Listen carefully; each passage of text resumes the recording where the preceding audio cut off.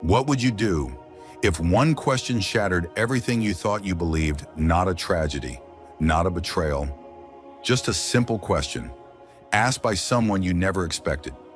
Press 1 if you've ever had your beliefs challenged. Press 2 if you've never questioned what you were taught.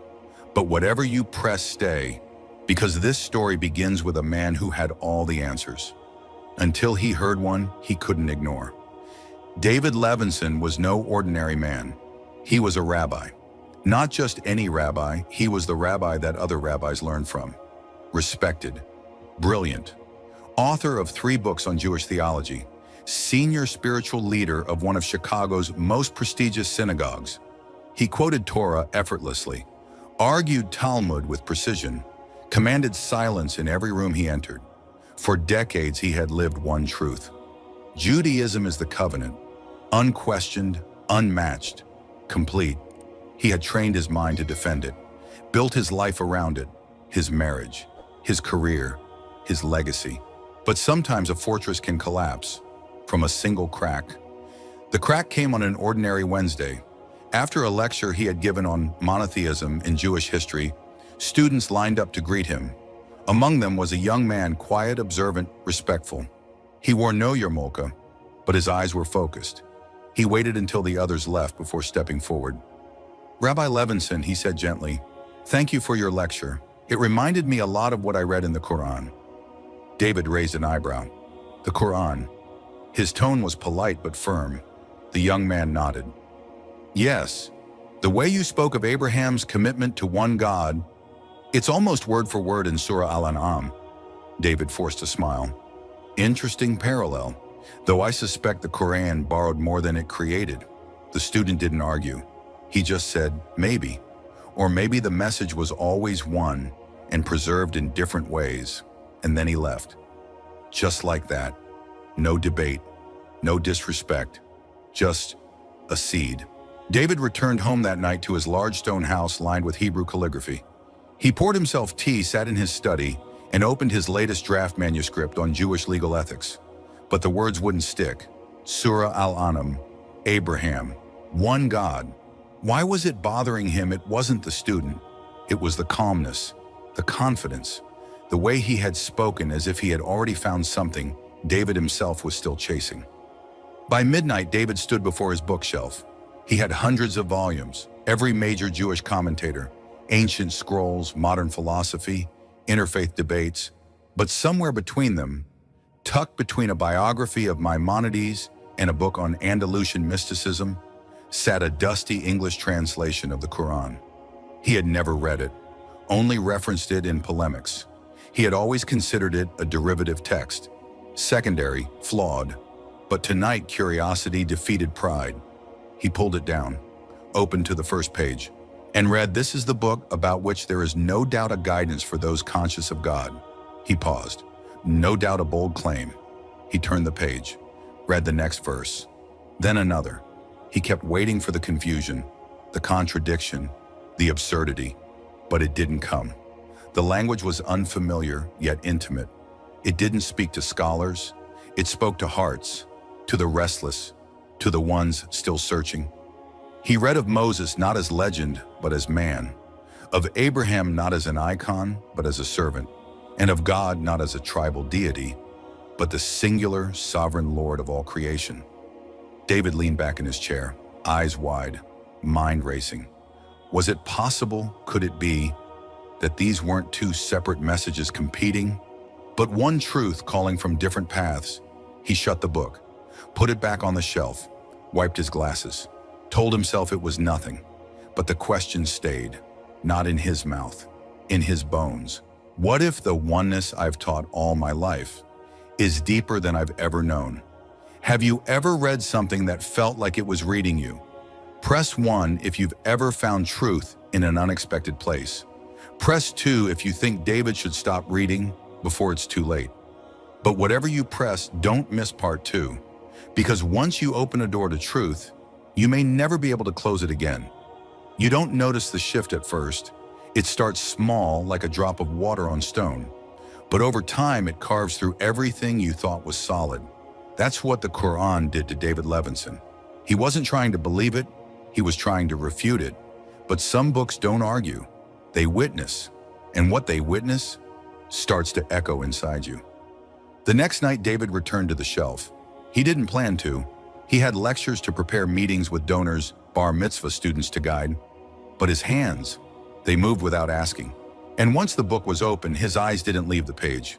He read about Isa, Jesus called Messiah but not divine. He read of Mary not as symbol but as servant.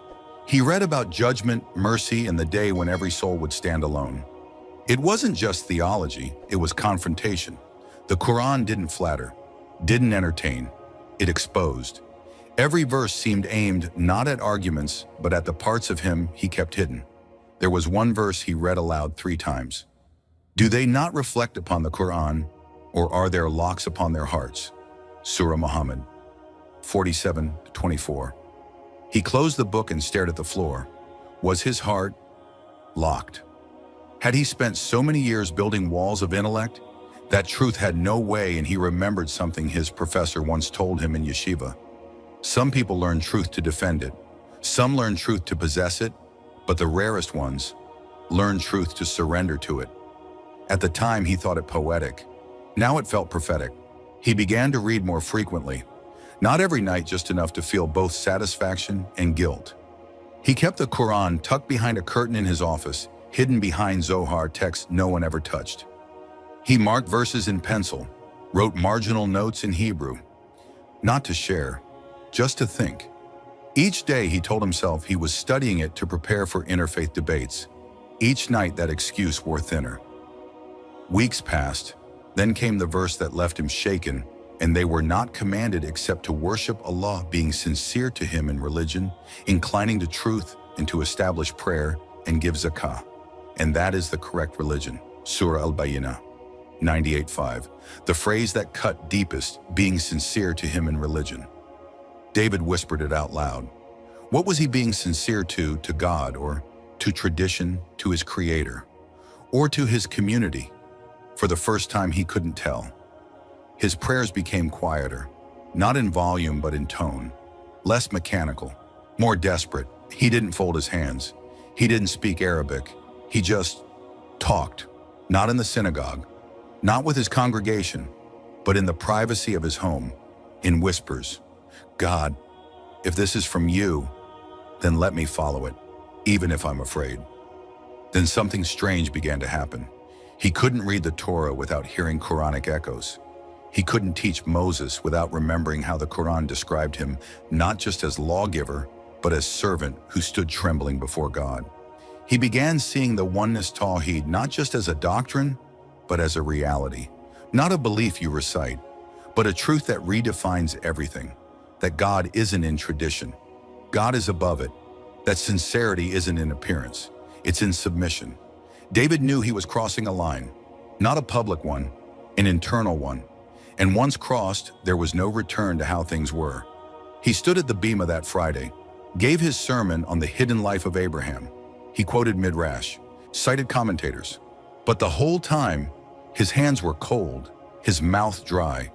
Because the night before he had read, indeed Abraham was a nation obedient to Allah, inclining toward truth, and he was not of the polytheists. Surah An-Nahl 16:120. And he couldn't unhear it. When he looked out at the faces of his congregation, he didn't see judgment. He saw love, trust, expectation. They believed he would always stand there, always lead, always stay, and that made his chest ache, because he knew he wouldn't. Have you ever felt something shifting inside you, but couldn't explain it to anyone? Press 1 if you've ever hidden a change from those closest to you. Press 2 if you think David is going too far. But whatever you press, stay, because in part 3, he leaves everything familiar behind to chase the one thing that finally felt real. Sometimes the soul can't breathe where it once felt safe, and when the questions get louder than the answers, you don't argue. You leave. That's what David Levinson did. He told his congregation he needed a research sabbatical, told his wife it was temporary, told himself it was still within the framework of Jewish scholarship. But deep down he knew this wasn't a study trip, it was an escape from expectation, from the pulpit, from the look in his son's eyes, and most of all, from the version of himself he could no longer defend. He flew to Spain, not for beaches or architecture. He went to Granada, the city of echoes, a place where centuries ago Jews and Muslims had walked the same streets, shared poetry, shared ideas, shared faith, until it all fell apart.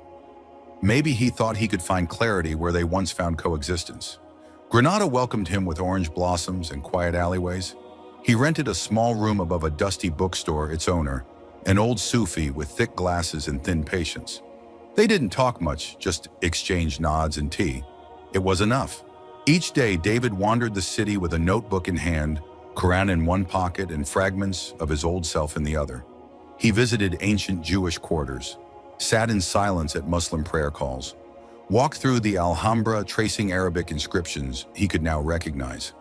Not because he studied Arabic, but because the Qur'an had begun teaching him through rhythm, sound, and surrender. One afternoon, he found a small library hidden behind a stone arch. It smelled of parchment, lemon oil, and thyme.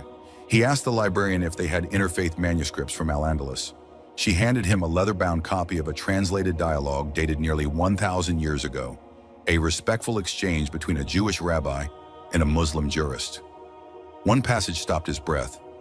"You say your God is one, but bound by identity. I say my God is one, bound by nothing." David stared at the words, not defensive, not offended, just still, because it felt like they had been waiting for him.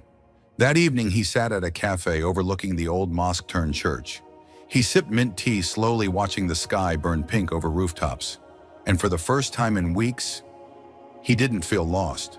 He felt suspended, between identities, between traditions, between everything he had preached and everything he was beginning to feel. A young man approached his table, Moroccan, friendly, backpack slung over one shoulder.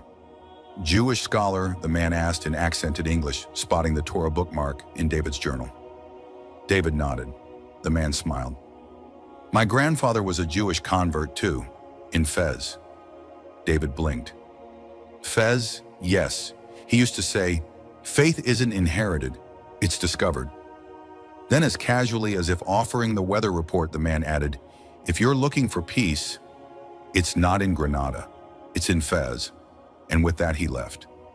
David sat frozen. Fez. He had read about it, known it as a city of scholars, saints, and seekers. But now it felt less like a city and more like a calling. That night, back in his room, he opened the Qur'an again. His hands shook as he flipped to a page marked weeks ago.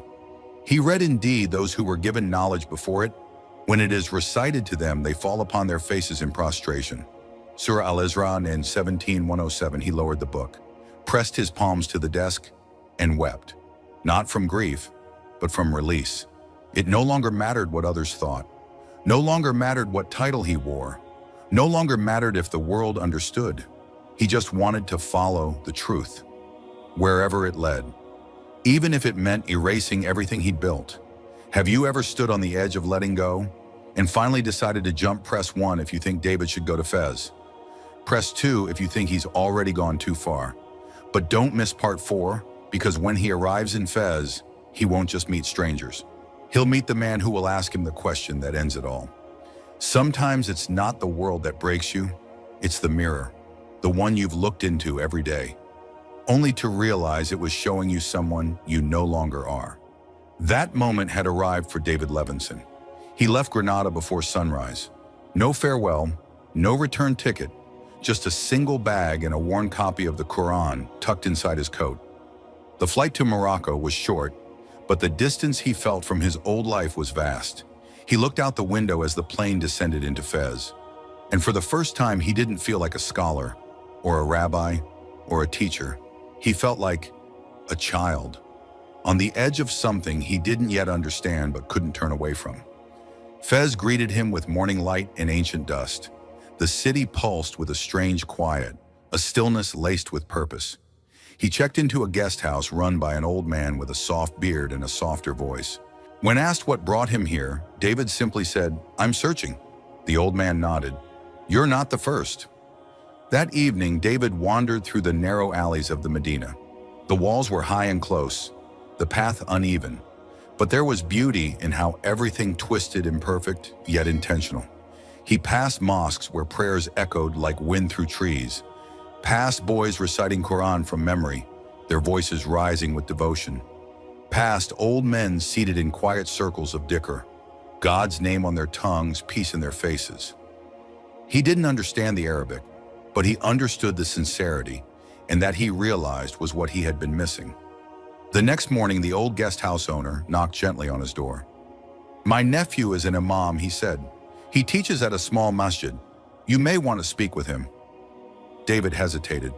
"Will he try to convert me?" The man smiled. "He doesn't try, he just listens." They walked together through winding streets until they reached a simple white masjid. No towering minaret, no marble floors, just stone silence and the smell of clean earth. Inside, the imam sat cross-legged, reciting softly to himself. He was middle-aged with gentle eyes and an expression like steady water. He welcomed David not with questions but with tea. They sat on the floor, steam rising between them. After a few minutes, David spoke. "I've studied religion my whole life. I've taught scripture, debated scholars, written books. But nothing has ever spoken to my soul like this book has, and I don't understand why." The imam didn't interrupt, didn't lean forward. He just listened. David continued, voice quiet. "I'm not here to argue. I'm not here to impress. I just don't know who I am anymore." The imam nodded slowly, then asked one question. "Do you want to be right, or do you want to be real?" David froze. The words hit like a stone to glass, shattering something he'd held tightly for decades. He looked down. "All my life I've tried to be right. Right in doctrine, right in debate, right in the eyes of others. But now, I just want to be right with him." He pointed upward. The imam placed his hand over his heart. "Then you already know what you must do." Silence filled the space, not awkward, sacred. David's eyes welled with tears, but not tears of fear. They were tears of release, of recognition, of finally standing on the edge of truth and no longer walking away from it. That evening, he returned to the guest house, sat at the small wooden desk in his room, lit a candle, and opened his journal. He drew a line across the page. Above it, he wrote, "Rabbi David Levinson." Below it, he wrote, "Servant of the One." He stared at it for a long time, then closed the journal. He knew what was coming. He knew what it would cost. His title, his community, his marriage, his name. But he also knew what he would gain. Not a religion, a reality. Have you ever been so afraid to lose that you almost gave up the chance to truly find? Press 1 if you think David should walk through the door. Press 2 if you think he's risking too much. But whatever you press, stay. Because in part 5, he won't just surrender. He'll be asked the one question that changes everything. It only takes one question to end a life you spent decades building and begin the one you were meant for. David Levinson stood outside the masjid in Fez, the same one with cracked walls and soft light. He had come back alone this time. No guide, no guest house host, no intention to talk. He wasn't there to ask more questions. He was there to answer one. Inside, the imam was waiting, not with books, not with speeches, just presence. They sat in silence, the sounds of children playing outside filtering through the thick walls. David clutched his notebook, thumb running along the bent corner where he had written the word truth a dozen times. Then the imam looked up and said gently, "What is stopping you?" No build-up, no ceremony, just that. And somehow it was the only question that mattered. David's voice caught in his throat. He had answered thousands of theological inquiries. He had debated professors and students and priests and politicians. But this question was not for his intellect. It was for his soul. What was stopping him? He thought of Rachel, his wife, her Shabbat candles, her quiet devotion. He thought of Eli, his son, smart, strong-willed, following in his father's footsteps. He thought of his synagogue, the people who had trusted him, loved him. He had taught them how to worship. Would they now think he'd betrayed worship itself? He thought of his own name, his own reputation, his own fear. Then another thought rose slowly but clearly like dawn breaking over stone. If I died today, what name do I want the angels to call me by? He looked up at the Imam, eyes wet but steady.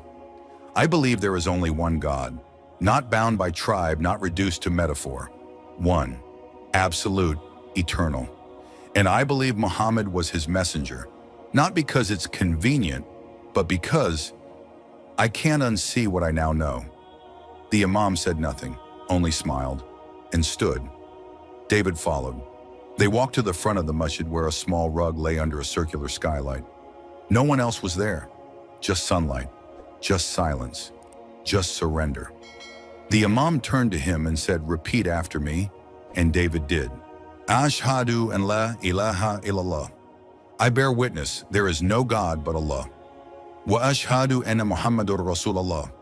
And I bear witness that Muhammad is the messenger of Allah. The words weren't magic.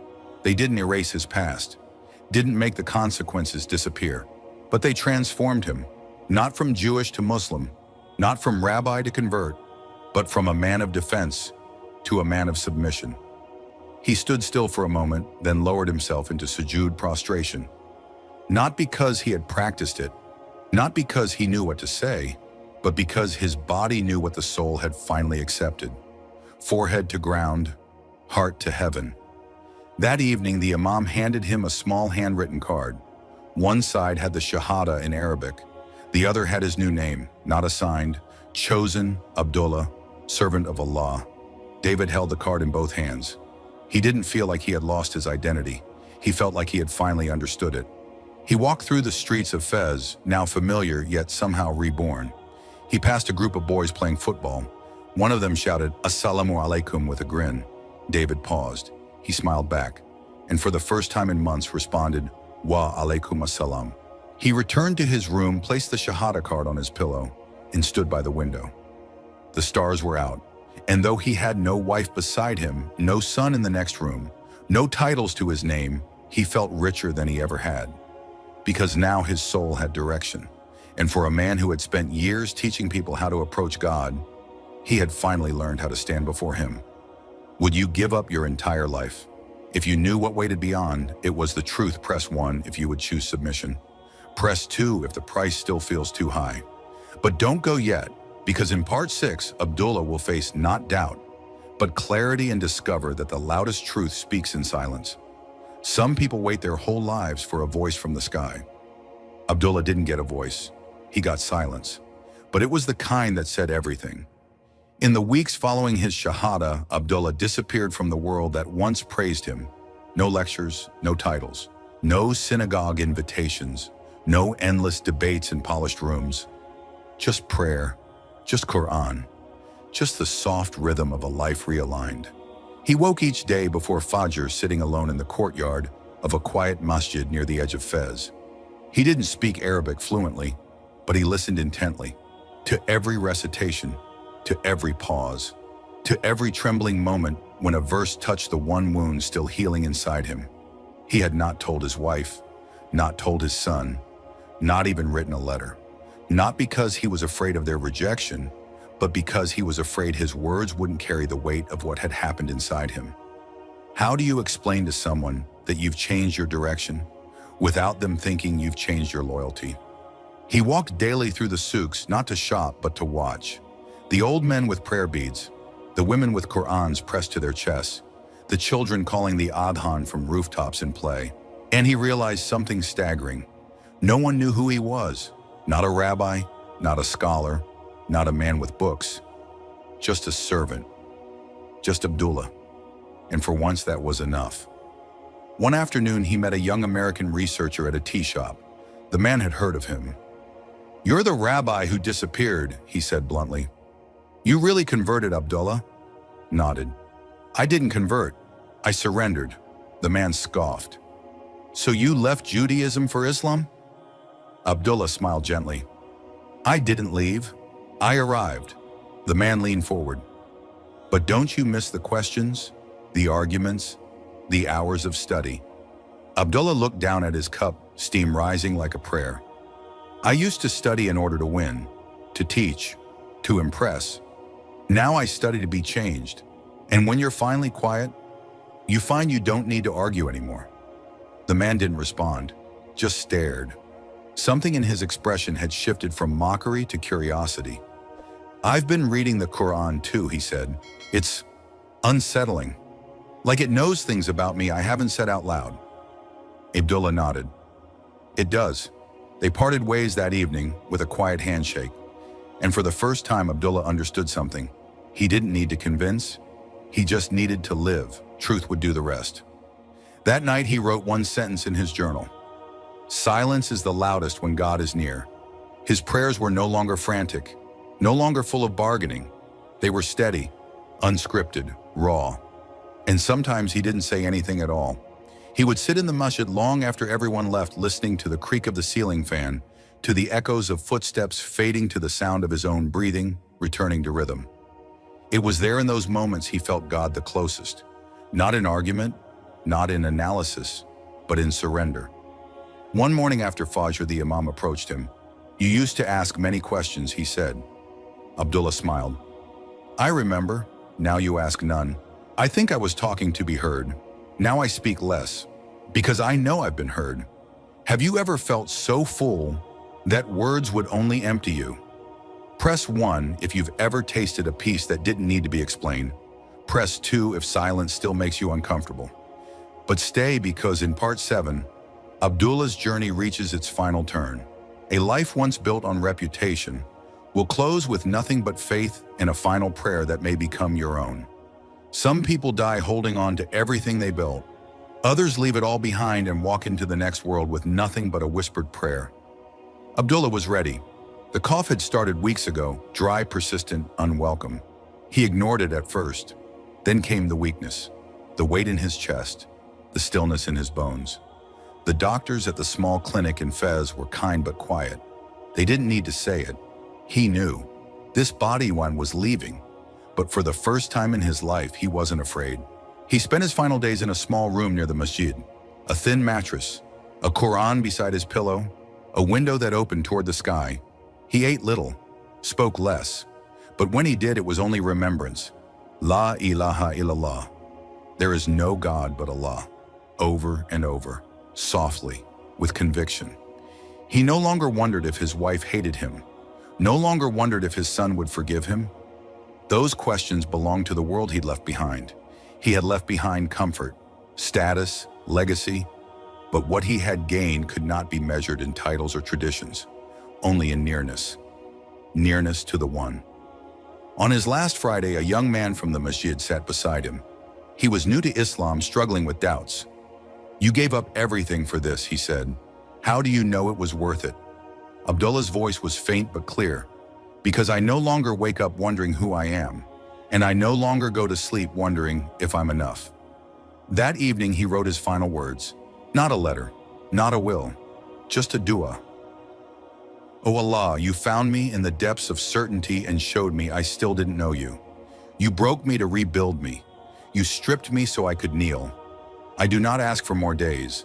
I ask for a clean ending. Let me leave this world in sujud. Let my final word be yours." He folded the paper, placed it under his Qur'an, closed his eyes. The next morning, just before Fajr, they found him. He was in prostration, motionless, at peace. No struggle, no fear, no sound. Just a man who had finally stopped running, bowing before the one he had spent a lifetime searching for. The janazah prayer was simple. No headlines, no eulogies, no mention of the title he once held in Chicago. Just a quiet crowd of strangers whispering blessings over a man they had only known as Abdullah. They buried him facing the Qibla, the Moroccan soil gentle, the sun soft, as if even the earth recognized what had just returned to it. Not a scholar, not a rabbi, not a convert, just a servant. And in the end, that was the only identity that mattered. If you've come this far, ask yourself, what will be your final prayer? Will you go with questions or with surrender, with reputation or with tawheed? Will your last breath be filled with fear or filled with La ilaha illallah? Press 1 if this story changed how you see faith. Press 2 if it made you pause and reflect. But whatever you press, remember this: Abdullah didn't die because he converted. He died because he fulfilled the reason he was created. He found the One, and he bowed. And in that bowing, He rose higher than he ever had while standing. And whoever submits his face to Allah while being a doer of good, he has grasped the firmest handhold. And to Allah will be the return. Surah Luqman 31:22. Abdullah's story isn't just about conversion, it's about clarity. It's the journey of a man who spent his life mastering scripture only to realize that knowledge means nothing without surrender. He let go of applause, identity, and control, not out of weakness, but from the strength to follow truth wherever it led. His story reminds us that the highest form of faith is not found in the noise of argument, but in the silence of submission. In a world that celebrates self-definition, Abdullah chose self-erasure so he could be remade by the one who created him. His ending was not tragic, it was triumphant, because the one who dies in sujood dies in peace. And that's the lesson: your true worth isn't what people call you, but who you are when no one is watching, just you, your Lord, and the truth that lives not in your mouth, but in your bowing heart. If you spent your whole life seeking silence and found it, but still felt empty, would you keep listening? Press 1 if you've ever chased peace, but found noise inside. Press 2 if you believe silence always brings answers. But whatever you press, don't scroll away, because this story begins with a man who thought he had found truth, until truth spoke to him in a voice he never expected. Tenzin Dorje had lived most of his life above the clouds. He wasn't just a monk. He was the voice of stillness in the monastery perched atop the Himalayas, where prayer flags fluttered like breath against the sky and bells chimed in rhythm with the wind. People climbed mountains just to sit near him. They whispered his name with reverence. They believed he had no questions left, but he did. He had risen before dawn every day for 30 years, wrapped himself in robes the color of sunset, lit candles, burned incense, chanted the same mantras that his teacher and his teacher's teacher had repeated for generations. And yet, in the depths of night, when even the snow was silent, Tenzin would stare out over the vast darkness and feel something stir, a strange ache he couldn't name. He didn't doubt the path, but something in him wondered. If truth is silence, why does my heart still scream? He never told anyone. A monk questioning is like a mountain shaking unthinkable. So he carried his doubt like a shadow tucked in his sleeve. He taught students how to empty the self. He led rituals with calm certainty, but deep inside he waited for a moment that never came. That moment almost came when a visitor from the city asked him a simple question. Is it possible that truth speaks louder than silence? Tenzin had smiled kindly, but that question stuck like a seed beneath ice. One winter morning, after months of internal unease, Tenzin requested a rare sabbatical. I wish to walk among people, he told the head lama, to test the peace I have found. It was approved. No one questioned him. Why would they? He was the quietest man in the mountain. So he descended step by step into the world below. It had been 20 years since he last walked through a city. He wrapped his robe tightly and avoided crowds. But the noise fascinated him. Laughter, shouting, prayer calls from temples, horns, children singing, and none of it disturbed him. Until something did. He was walking through a marketplace in Kathmandu, passing incense stalls and fruit vendors, when he heard it. A sound, not music, not speech, not chant. It was recitation. He didn't understand the words. They were in Arabic, but they carried weight like thunder wrapped in silk. His feet stopped moving. He turned. It was coming from a small speaker on a cart where a man sold dates and nuts.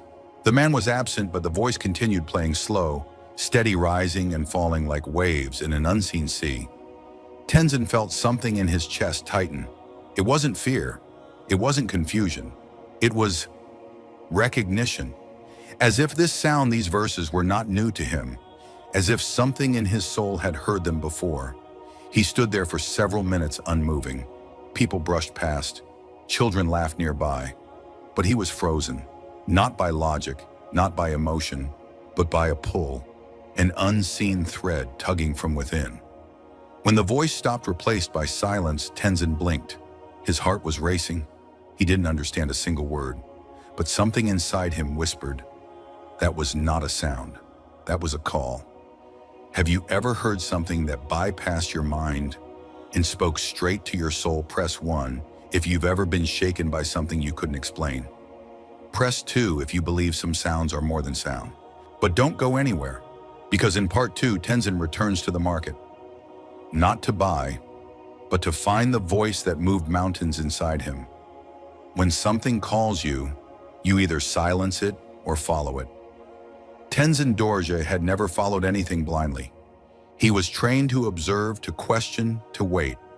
But ever since hearing that sound in the Kathmandu marketplace, something inside him refused to wait anymore. It was as if the wind had changed direction, and his spirit could feel it before his mind caught up. That night he couldn't sleep. He tried. He sat in the lotus position for hours, chanted his usual mantras, watched the flame of the oil lamp flicker against the wall. But the stillness that once soothed him now felt empty, mechanical, dry. He closed his eyes and expected silence. But instead he remembered the sound, that voice rising and falling like breath itself. It was not musical. It was not theatrical. It was something else, something pure. By dawn he had made his decision. He returned to the market, same path, same steps, his heart thumping louder than the noise of morning vendors. The cart was there. The man was not. The speaker was silent. Tenzin waited. Minutes passed, then longer. He stood perfectly still, ignoring the curious glances, the questions in people's eyes. Then finally the man arrived. He was middle-aged, modest, with a calm face and hands stained from date syrup. Tenzin bowed gently. "Peace," he said. The man smiled. "Wa alaykum assalam," he replied, not knowing this was the first Arabic phrase Tenzin would remember. "I heard something from your cart yesterday," Tenzin said. "It spoke to me. I don't know how or why." The man nodded slowly, knowingly. "It was Qur'an," he said simply. Tenzin repeated the word. "Qur'an, yes," the man said. "The words of Allah, the speech of God." Tenzin blinked. "But I didn't understand the language." "You weren't meant to," the man said softly. "Not yet. The heart hears what the tongue does not." Tenzin stared at him, stunned. That sentence, "the heart hears what the tongue does not," felt like it had come from the mountain itself. "What does it say?" Tenzin asked. The man stepped back, opened a drawer under his cart, and pulled out a small booklet, an English translation of the Qur'an. He placed it gently into Tenzin's hands. "Start with chapter 112, he said. "It is short, but everything begins there." Tenzin bowed again. He didn't ask for price, didn't ask for context, just held the book like something sacred. That night he returned to his small rented room. The city lights shimmered outside, noise and color and chaos. But inside it was quiet. He opened the booklet. Chapter 112, "Say He is Allah the One, Allah the Eternal Refuge. He neither begets nor is born, nor is there to him any equivalent." 4 lines, simple, direct, undeniable. He read them again, and again, and again. His hands trembled, not from fear, but from recognition. These words, they weren't new, they were true. He thought back to the hundreds of sutras he had memorized, the chants, the philosophical metaphors, the thousands of hours spent peeling back layers of meaning. But these 4 lines, they cut straight to the center. No layers, no riddles, no detours, just one. He tried to sleep that night, but found himself whispering the words aloud. Not chanting, not reciting, whispering, like a man who had been thirsty and just tasted water for the first time. The next morning he returned to the cart again. The man greeted him with a smile. "Did you read it?" Tenzin nodded slowly. "I don't understand it all," he said, "but it feels like the words are more alive than I am." The man's eyes softened. "That's how it begins. Have you ever read something you didn't fully grasp but knew without question was true? Press 1 if your heart has ever understood what your mind could not. Press 2 if you believe truth can speak before you're ready. But whatever you press, stay. Because in part 3, Tenzin begins to ask questions, and for the first time in his life, someone finally gives him answers that don't echo back with silence. Some people ask questions to challenge. Others ask because they hope deep down that someone will finally answer. Tenzin Dorje had asked questions his whole life, but in the monastery, the answers always came in riddles. in metaphors, in gentle silence. Now standing in a dusty Kathmandu market, holding a worn English translation of the Qur'an, he was ready to ask again. Not as a teacher, not as a seeker of status, just as a man who couldn't ignore what his heart was hearing. He found the vendor once more. By now the man greeted him like an old friend. "Back again," he said warmly. Tenzin nodded. "I've been reading." "Good," the man replied. "How does it feel?" Tenzin hesitated. "Like, I'm remembering something I never knew." The vendor smiled. "That's what the Qur'an does. It doesn't give you new truth. It reminds your soul of what it always knew." They stood in silence for a moment. Then Tenzin asked, "Who is Allah?" The man turned slightly, leaned on his cart. "Allah," he said slowly, "is the name of the one true God. Not a god, not a force, not a spirit, the creator of everything, the sustainer of everything, the one who needs nothing while everything else needs him." Tenzin nodded slowly. Then, "What is he like?" The man pointed upward. "He is beyond all comparisons. But the Qur'an gives us his names, the most merciful, the all-knowing, the just, the forgiving, the one." Tenzin's mind raced. He had spent decades meditating on the concept of universal harmony, inner divinity, layers of consciousness. But this was different. This wasn't abstract. It wasn't hidden. It was personal. A God who speaks, who describes himself, who reaches out. It wasn't like the concept of emptiness in his former teachings, an endless cycle, a nameless presence. It was the opposite. It was presence with clarity. But why do Muslims repeat, "There is no God but Allah"? Again and again, Tenzin asked. The man didn't hesitate. Because it's the foundation, La ilaha illallah. It means nothing is worthy of worship except him. Not money, not ego, not tradition, not even our own thoughts. He paused. When we say it, we are undoing everything false and returning to truth. Tenzin stared at the ground. All his life he had tried to erase the ego, to empty the self, but never had he considered worship submission as the end goal. Worship had always sounded primitive to him, but now it sounded like alignment. He looked up. "What about all the suffering?" he asked. "If there is one God, why so much pain?" The vendor smiled gently. "Pain isn't the opposite of mercy. Sometimes it's the path to it." Tenzin raised an eyebrow. "Explain." The man leaned in voice calm. "If you're sick and the doctor gives you bitter medicine, do you curse the doctor or thank him for healing you?" Tenzin didn't respond. He didn't have to. That evening he didn't go straight back to his room. He sat near a small fountain in the center of the market, surrounded by voices light's life. And yet he was somewhere else. He opened the Qur'an again, this time Surah Al-Baqarah. He read, "This is the book about which there is no doubt a guidance for those conscious of Allah." Then a few verses later, "And when my servants ask you about me, indeed I am near. I respond to the call of the caller when he calls upon me." Surah Al-Baqarah, 2-186. His throat tightened. His fingers curled over the page. A God who is near. Not distant, not silent. Near. Tenzin closed the book, looked up at the sky, and for the first time he didn't feel like he was calling into emptiness. He felt heard. Have you ever asked a question and realized the answer had been waiting for you all along? Press 1 if you think Tenzin is nearing the truth. Press 2 if you believe he's losing his path. But stay with this story, because in part 4, Tenzin returns to the monastery, but the man who climbs back up that mountain is no longer the same. Some journeys take you far from home, but the most difficult ones bring you back when you're no longer the same. Tenzin Dorje climbed the mountain trail slowly. The air was thin, the silence familiar. But something inside him had shifted permanently. He was going back to the monastery, but he wasn't going back as the monk they knew. The gatekeeper bowed as Tenzin passed through. Disciples greeted him with reverent smiles. He responded politely but distantly. His body had returned, but his heart was still walking through verses of a book they had never read. He entered his quarters. Everything was as he left it. The incense, the prayer beads, the sacred texts lined neatly on the shelf. He sat on his cushion, folded his legs, closed his eyes, and began to chant. But the words wouldn't come. He tried again, but the mantra felt hollow, like an echo bouncing off stone. For the first time in his life, silence didn't feel peaceful. It felt loud, unbearably loud.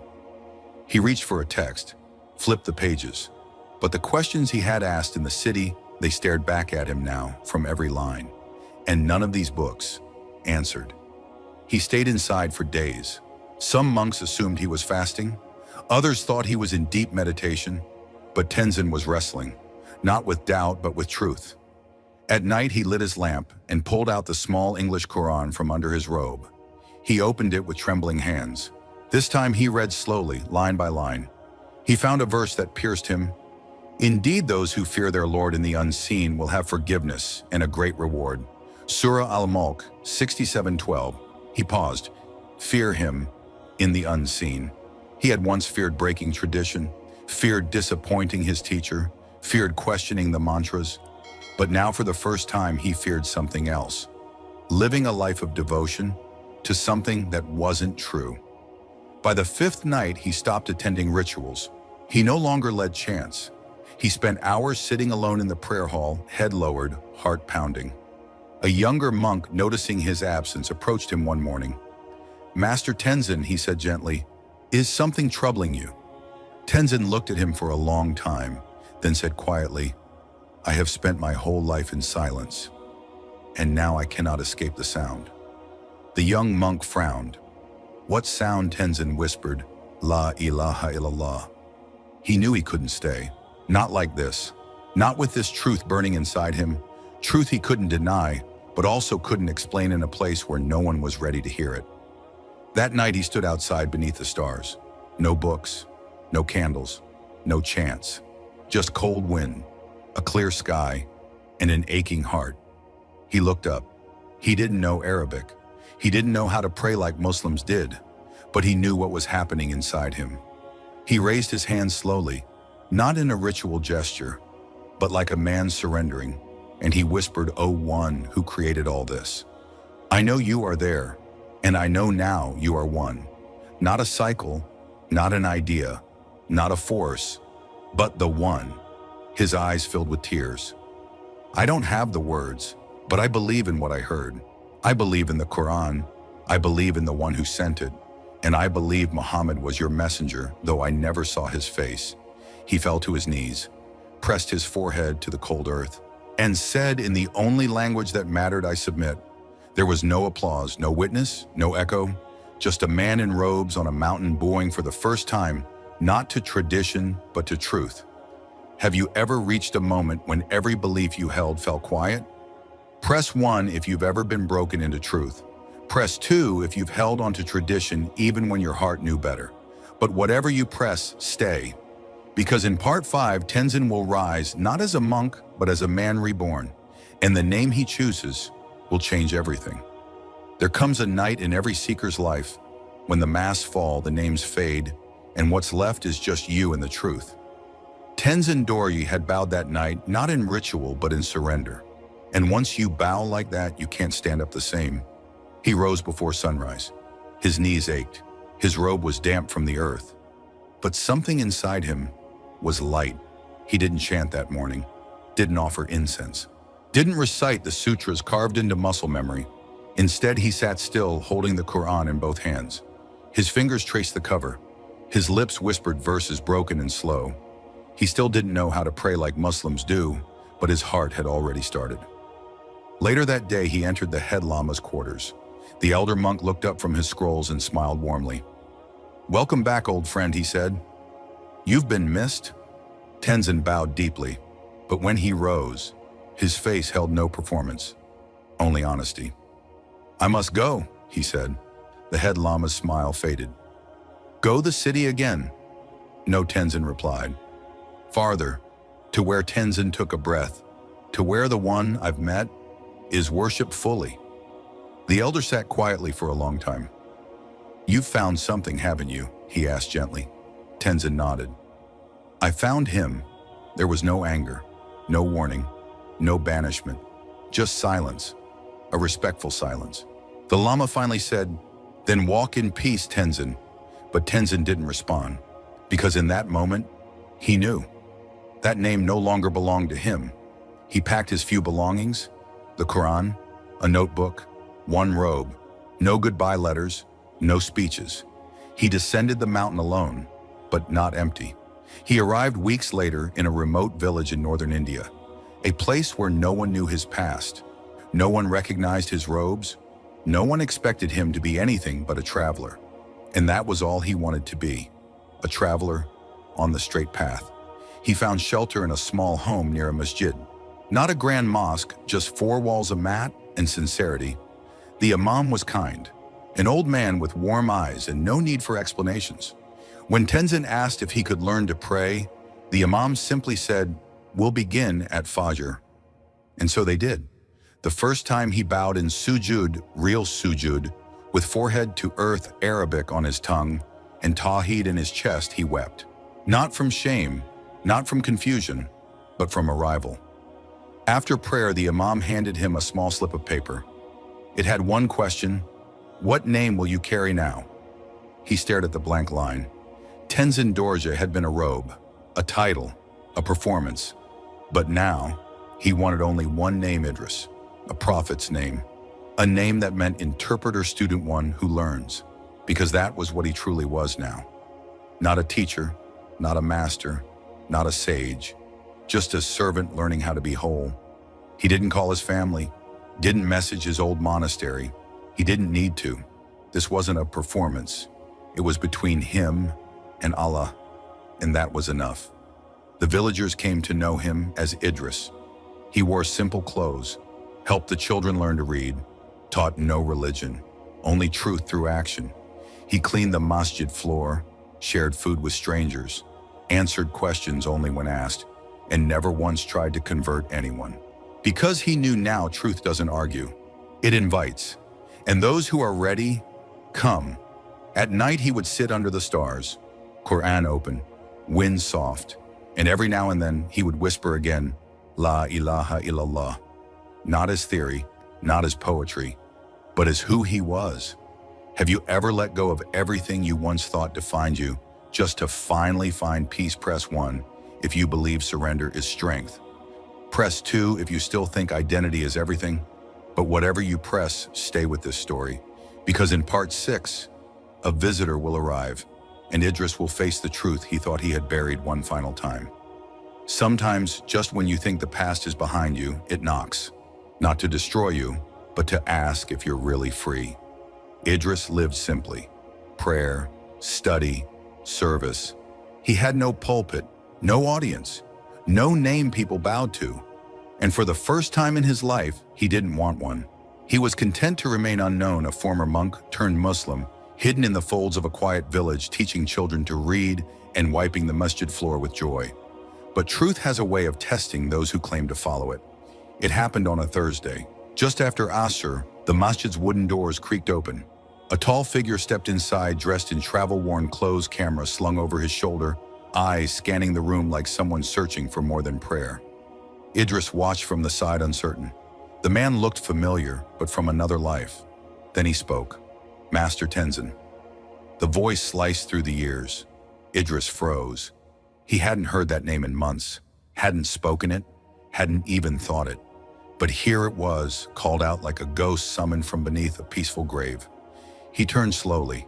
Their eyes met. The visitor stepped forward, stunned. "It really is you?" Idris nodded slowly. "I don't go by that name anymore." The man's mouth opened, then closed. He swallowed hard.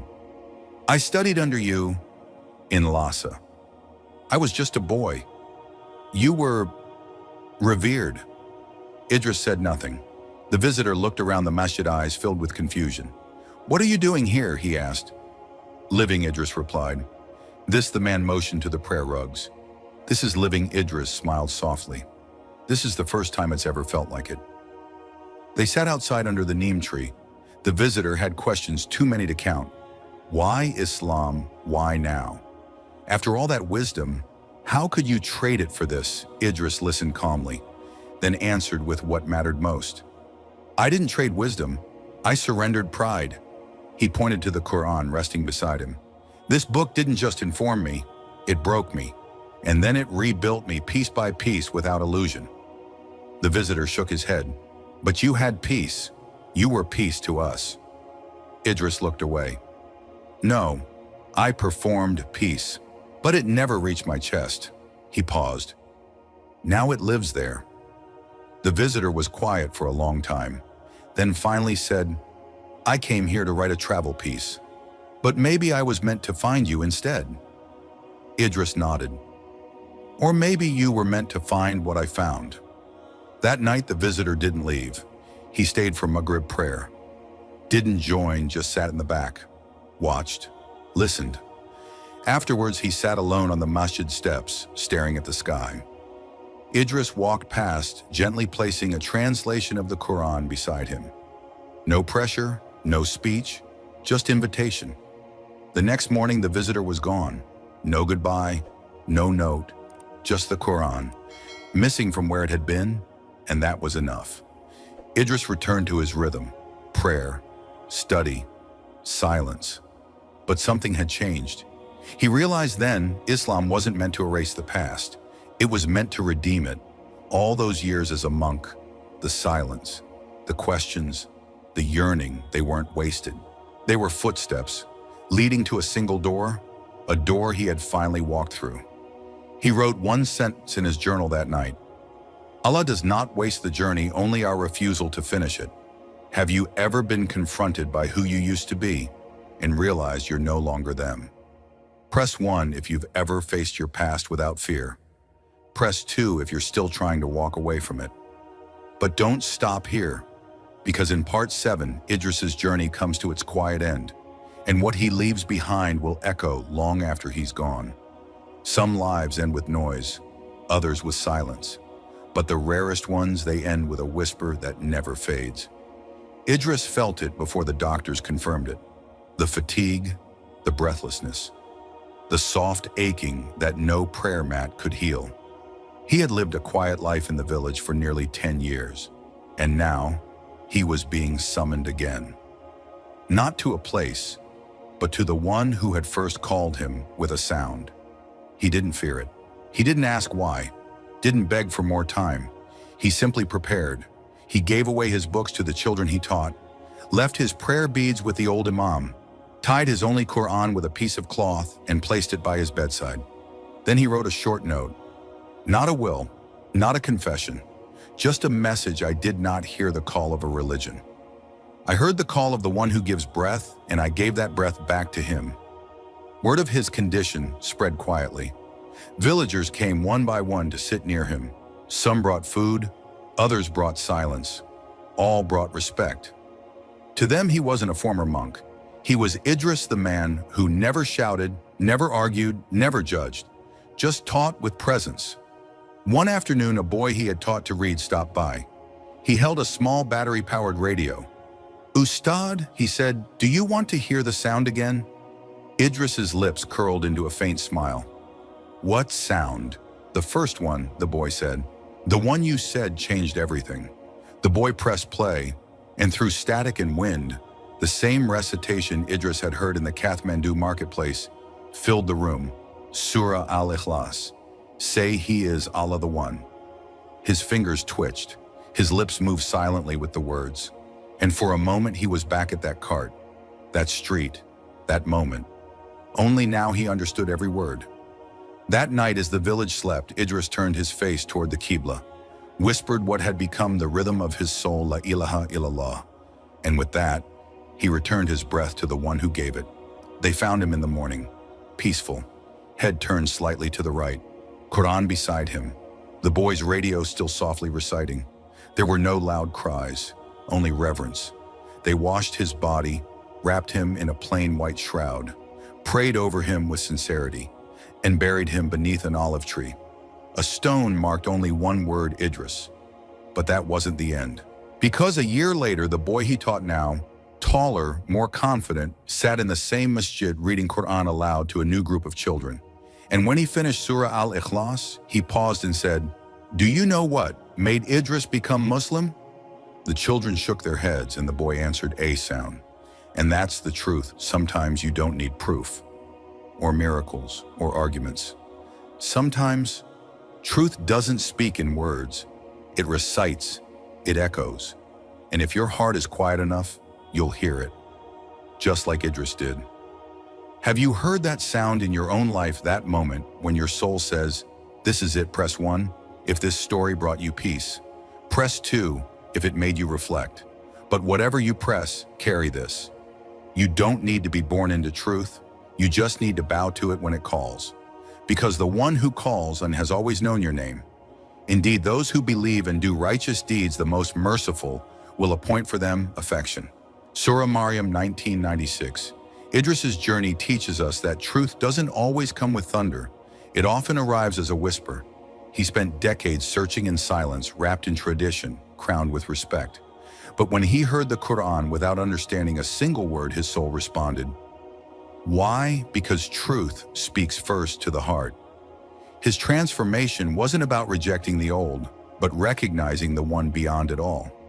He let go of identity, ego, and title, not to become less, but to finally become real. In a world obsessed with labels, Idris found clarity by surrendering everything but his servitude to Allah. His life reminds us the moment you stop performing and start submitting is the moment peace begins. You don't need to be loud to be right. You just need to listen when truth calls and bow when it arrives. Because sometimes the most profound journey begins with just a sound.